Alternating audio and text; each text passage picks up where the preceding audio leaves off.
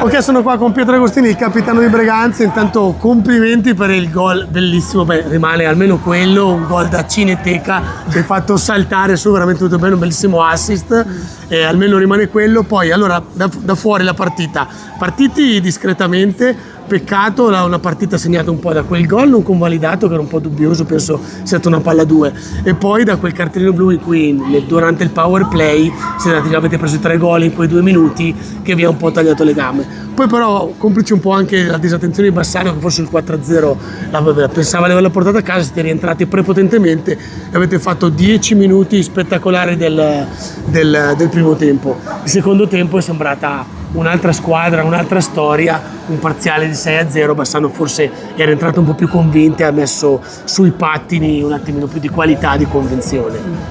Beh, innanzitutto ti ringrazio per i complimenti, e gran parte del gol va anche a Gabi che Bellissimo ha fatto un assist. bell assist, sono dei movimenti che comunque proviamo in settimana e niente, secondo me la partita un po' è stata segnata al primo tempo dal blu che abbiamo preso, perché non possiamo permettercelo contro una squadra come Bassano. Infatti in 2 minuti ci hanno fatto 3 gol che ci ha tagliato le gambe, e poi come hai detto te siamo stati anche bravi a tenerla in piedi. Poi però al secondo tempo è venuta fuori la qualità del Bassano e noi abbiamo un po' sofferto, ecco, un po' fisicamente ma anche l'intensità che Bassano ha messo. E comunque dai, ci sono degli aspetti positivi, delle cose positive che dobbiamo considerare. Non era di certo la nostra partita, però ci tenevamo comunque a farla bene e portiamo a casa il risultato.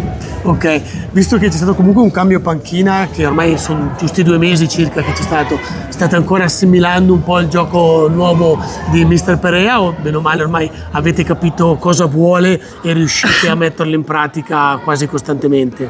Beh, se facessimo tutto quello che dice il mister Avremmo vinto tutte le partite finora. Stiamo apprendendo pian piano dei concetti che sì, ci si mette un po', e in questo punto della stagione non è che abbiamo molto tempo per farli nostri, e quindi qualcosina stiamo applicando e comunque lavoriamo tanto. Il mister ci fa lavorare tanto in settimana e speriamo di arrivare con più punti possibili ai play-out, e poi ai play-out di farli al 100%. E sembra una roulette. Esatto. Bene, ti ringrazio Pietro, grazie, alla prossima. Alla prossima.